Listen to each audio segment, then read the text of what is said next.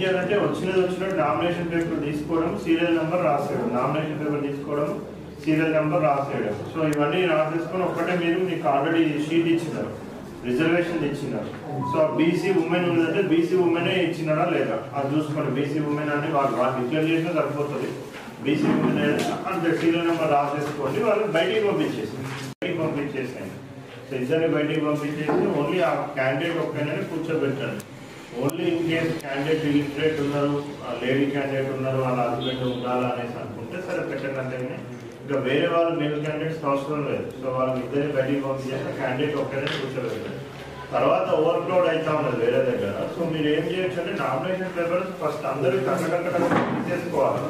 ఒకటే థింగ్ ప్రిలిమినరీగా ఏంటంటే హెల్ప్ డెస్క్నే వాళ్ళు చెక్ చేసుకొని ఎలక్టోరల్ నంబర్ సరిగ్గా ఉన్నాయో లేవో చూసుకుంటారు.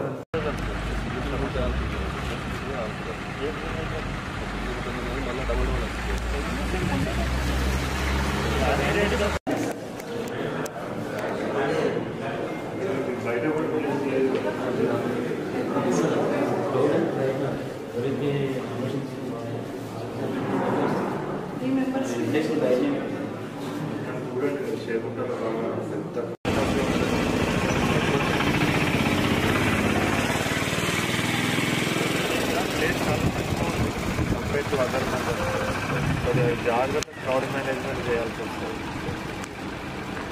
చాలా ప్లేస్లో క్రౌడ్ వేరే దగ్గర చేంజ్ చేయలేదు. ప్రపోజల్ సందర్భం వాళ్ళు ముందే పెట్టుకొని రావాలి. సో ప్రపోజల్ సందర్భం అభ్యర్థి సందర్భం వాళ్ళు ముందే పెట్టుకొని రావాలి. సో మీ వాళ్ళు హెల్ప్ డెస్క్లో చెక్ చేస్తారు. ఈడేట్ నామినేషన్ అది ఎట్లా క్రౌడ్ మేనేజ్మెంట్ చేస్తారు అనేది వేరే దగ్గర అన్ని చెప్తున్నారా? ఏదైతే రూమ్ బయటనో సో వాళ్ళు ఒక 30-40 మంది లైన్లో నిలబడుతున్నారు. సో అది ఎక్కువ క్రౌడెడ్ అవుతాం. సో తీసేసుకొని నెంబర్ వేసుకొని నెంబర్ వేసుకోవాలి, టైం నెంబర్ నోట్ చేసేసుకొని స్టార్టింగే తీసుకోవాలి. తీసుకొని రిజెక్ట్ చేసుకోవాలి. బీసీ